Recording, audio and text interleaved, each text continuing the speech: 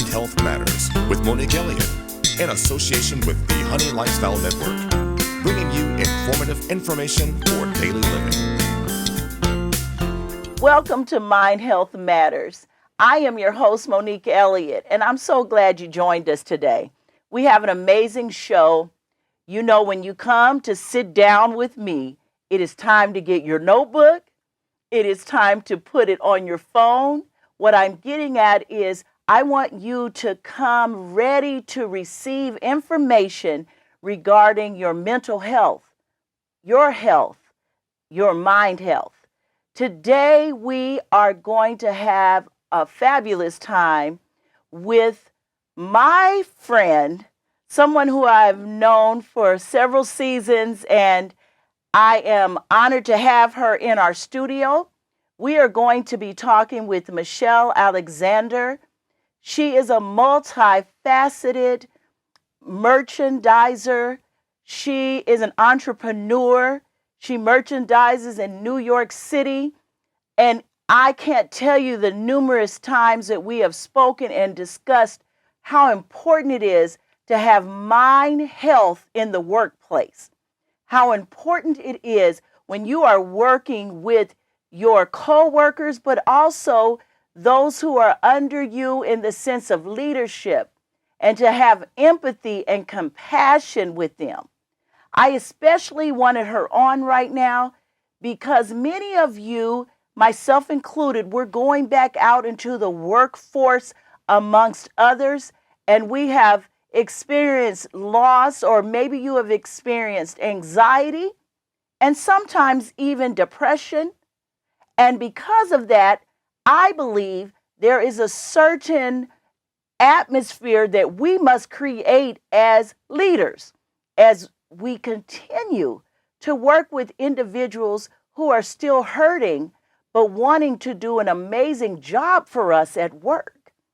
And so I've asked my friend and this amazing professional to join us.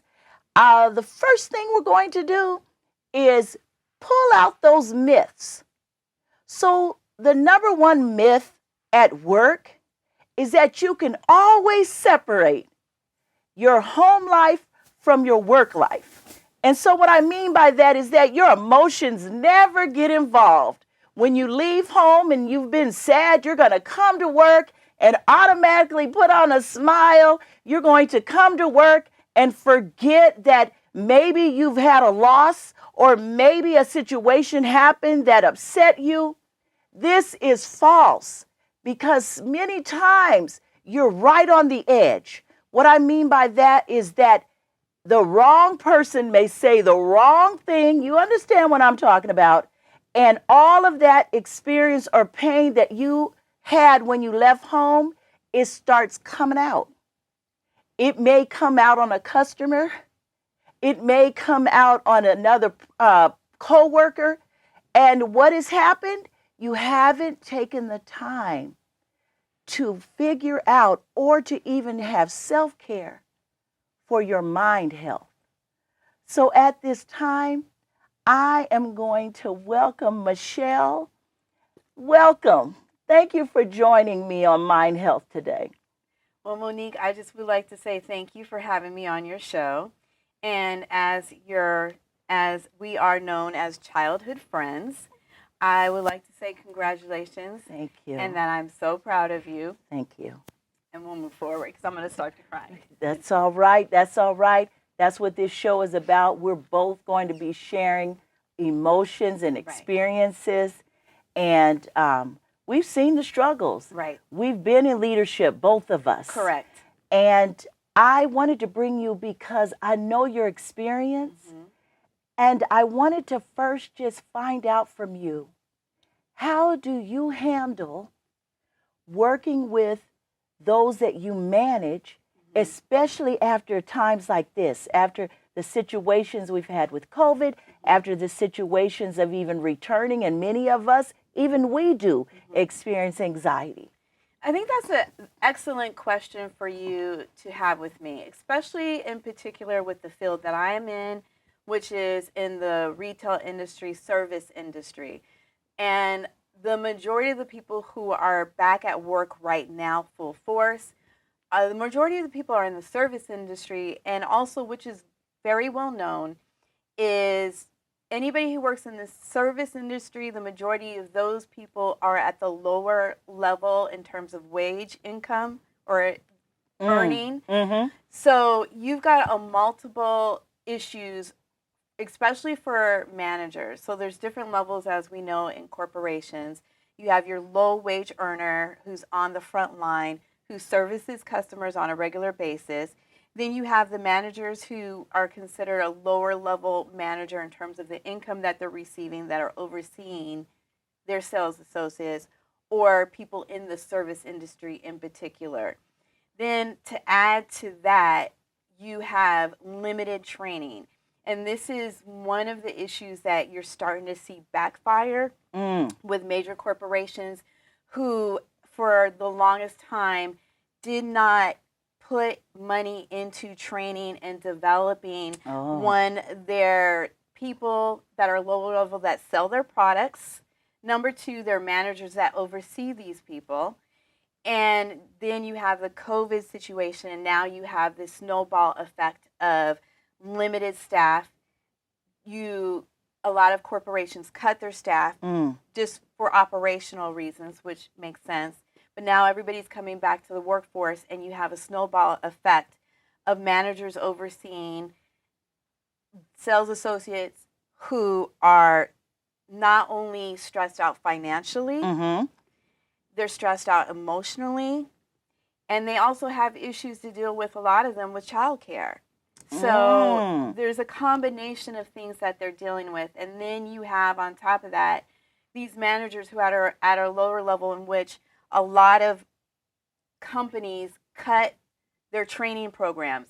So they have limited skill sets on how to now manage an overwhelmed, overstressed sales force. Yes, and something that I would like to, look at further with you right now is, you said the training, because what I've also learned on my side of the fence, as it were, with mental health, is these companies are also choosing in a critical time to cut mental health insurance, to not only cut mental health insurance, but also cut mental health training in the sense of empathy.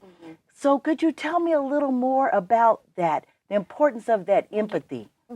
One of the things that I'll say that's important for any manager who's watching this right now, especially managers who are in the service industry, and a lot of these managers as well are just as stressed out as the sales associates in terms of their income. They have the same issues.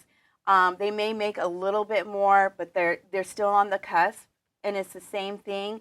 They may have come from a 2-income earner. Now they're only a 1-income earner. Yes. So they're also facing all of the same issues, and on top of that, having customer service and servicing these customers who come in that are also facing the same issues.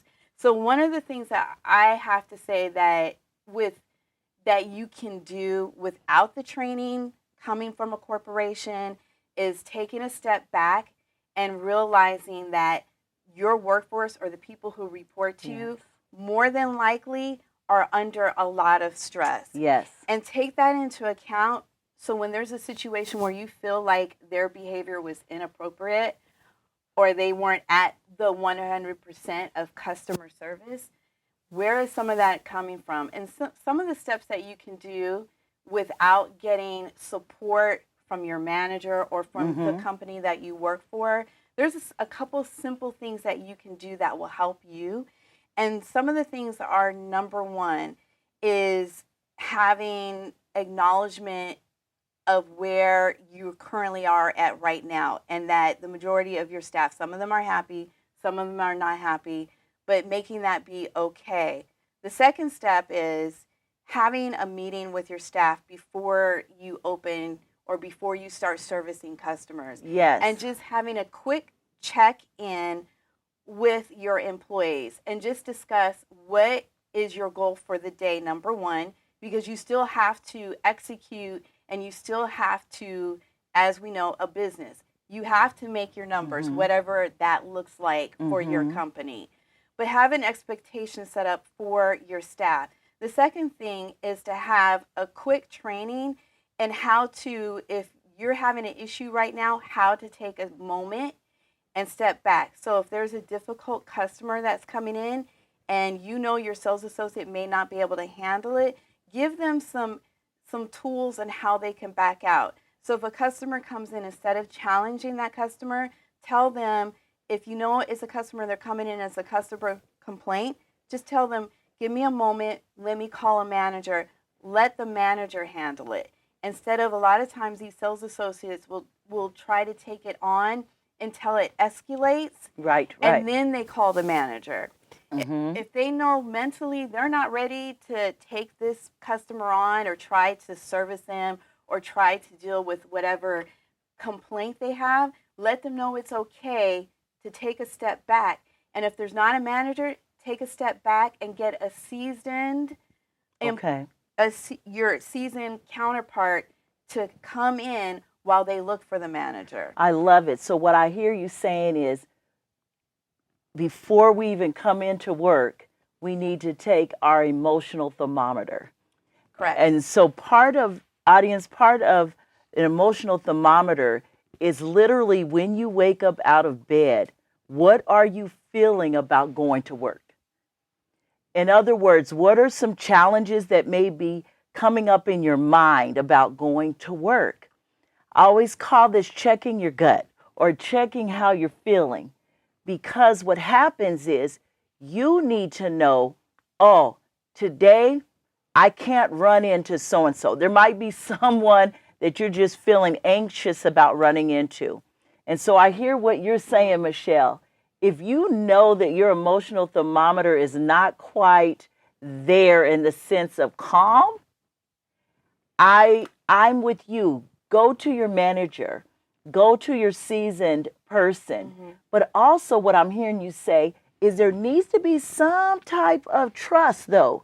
Some type of safe place, right? Correct. Because if I have a manager who is not, what I mean by safe, if that manager, when I come to them and say, I'm already kind of feeling I'm having a hard day because maybe some things have happened, and that manager is snapping at me and not thinking twice, right, that I'm in need, it may backfire on me. And so there are times that we may be afraid to approach our supervisor or our management. What would you say to that? So what I would say to that is twofold in the conversation that I just had and also what you're having. The initial conversation was what management should do, and the conversation you're having is what a salesperson should do in interacting with their manager. Yes.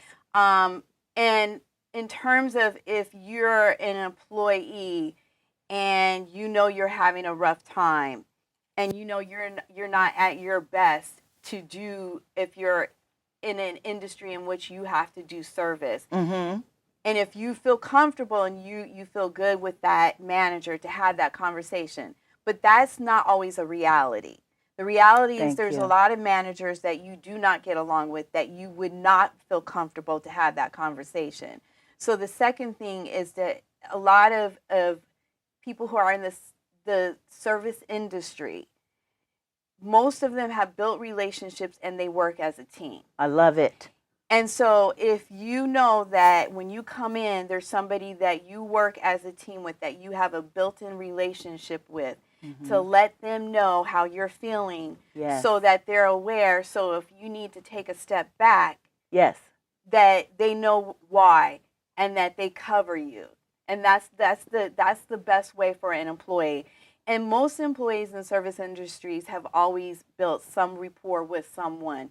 And that's right now is to keep those relationships and maintain them and to continue to grow them. And just be honest, because almost everybody is suffering some way, somehow. So if you have I'm not saying you have to be best friends with anybody, Right. but there is a business friendship that's usually built with service industry, and to nurture that right now, specifically in this particular time. And also another thing is not to feel shame. I think everybody assumes that somebody else is doing great because they happen to walk in and they're smiling, and their assumption is that they weren't affected. But that's not necessarily the case. A lot of people that are in these industries, they're all suffering, but we have all been trained, and this is a reality. We have all been trained to fake it till you make it. And that's the reality. So there's a lot of people who are suffering that don't even realize that their next door neighbor or their colleague is going through their own issues. So I think the thing is it's okay for you to be where you're at, Yes. whether it's a loss of a second income, whether it's a loss of your income, Yes. whether it's dealing with struggling how to get childcare, whether it's dealing with a passing of a loved one. Everybody in this particular moment are all going through something. And so my thing is to let people know that it's okay. I think that's the most important thing, is that it's okay, and that there is no such thing as the perfect scenario or life. All of that was fantasy. I think we watched so many movies and TVs Right. Yes. that we think that, Yes. and we built this up, and now when things are starting to hit us, it's overwhelming. And our assumption is we're alone, and nobody's alone. A lot of us are going through this together. Absolutely. And also the assumption is, and this is for men and women, is that we are weak.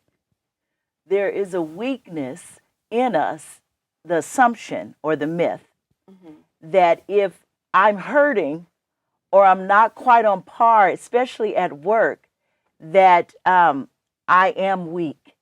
And the truth is, the more we are honest and open to the point of being able to admit to ourselves that I might be having a hard time today.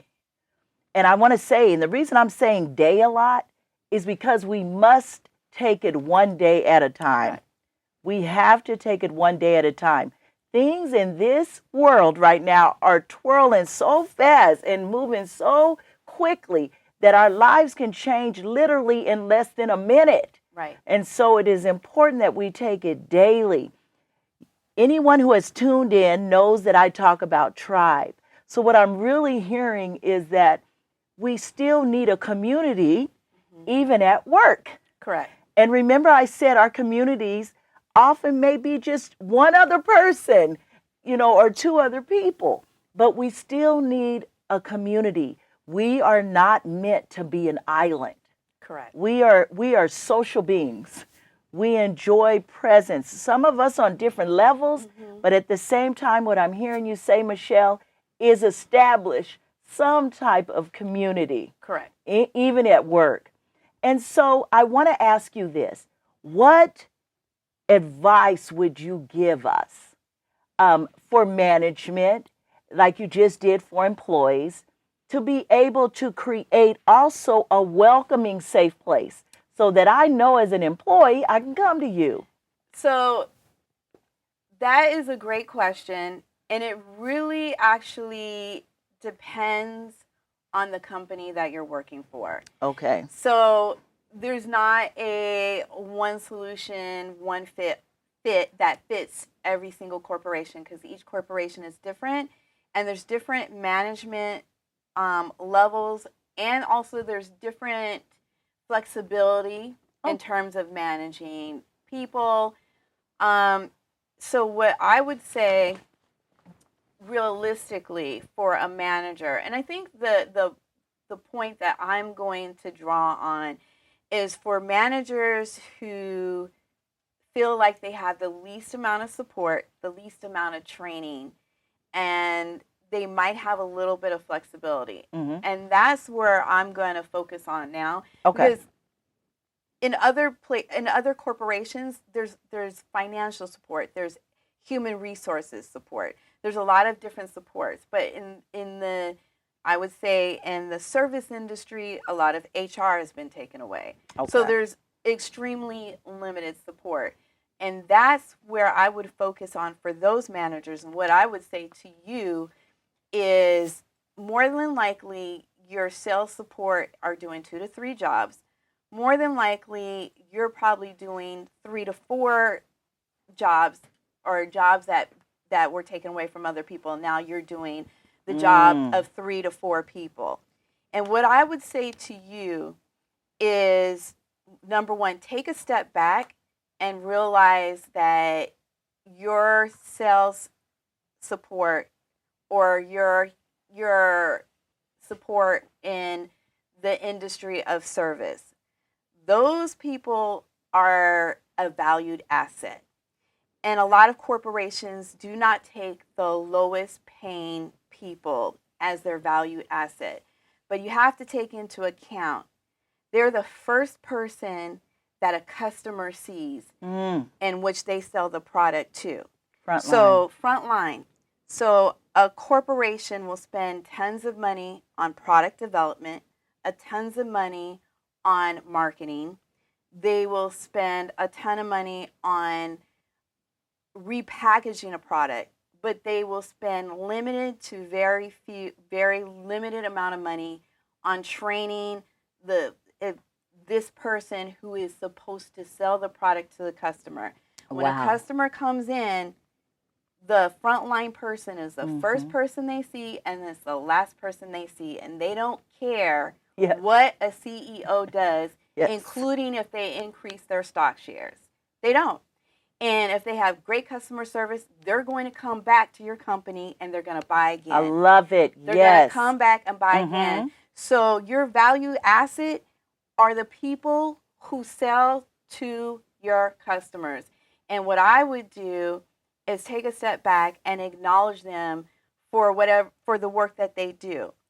And are you saying celebrate at times? Celebrate. Okay, celebrate your employees. Celebrate your employees. And some of the things, the number one issue that most corporations have are a lot of employees are calling out, and managers are calling employees to try to have them come in to cover shifts.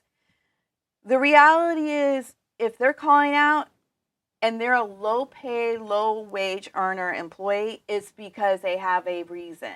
Yes. Majority of them, it's childcare. Okay. It's health issues. Yes. It's something else. So instead of blaming them for having to take time off, just let it go and focus on your employees, have conversations with them, and acknowledge them for when they do something good. And acknowledge them when they are doing their job the right way, and come over to them and say, thank you, I saw or I noticed you did X or you did Y or you did Z, great job. The second thing that I would do is I would maximize the limited staff I have to utilize them to do even more if you have to. And here's some of the things that you can do by acknowledging them for the great work they're doing. The ones that excel at what they do, instead of micromanaging, I would take those, if it's allowed within your company, and have them train the other people who aren't up to par. And that's what I would do, and I would use them, and then you reward them. If you can, within your companies, if it's allowed, if they request or want a Saturday, and they're doing a great job, you give them things that's within company policy, in which you give them, they want a Saturday, or they want a Friday, or they want a set day. If they're doing a great job, give them rewards in which you can within the company policy. And that's what I would do. And also acknowledge you have some employees that do phenomenal job and have an off moment where they didn't do so great at customer service. Exactly. Instead of taking them aside and writing them up or doing all of these things, take them aside and have a conversation and take it as a one-off because of all of the issues and the things that they're going through. That's what I would do within the bounds of the companies that I've worked with. Another thing that is a great thing that you can do based on the company that you work for is in terms of maximizing what you have with the limited staff that you Yes. have, besides having other employees train each other and acknowledging them, is look at potential. Okay. Okay. And something that was taught to me when I was young was, if you want to get promoted, make sure you train somebody who can take your place. Okay. And you're going to create excellence. Exactly. So there's always going to be somebody, and they may not be at your standard now, but they have potential. They're hungry. They're interested. And taking that extra time to train them and give them additional training that necessarily is not required of you. Mm-hmm. But when you train somebody else how to do your job, that's less work for you.